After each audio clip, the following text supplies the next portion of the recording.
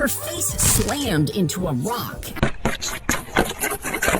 as she slipped, breaking her nose and injuring her hand and leg. Rescuers arrived. They loaded her into a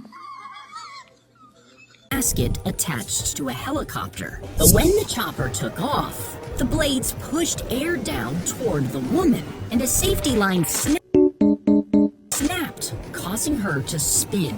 She quickly gained speed, turning uncontrollably, and the blood rushed to her head and eyes. She spun 175 times over the course of just 40 seconds until they finally pulled her inside. The woman was dizzy for days after, and she sued the city, winning almost $500,000.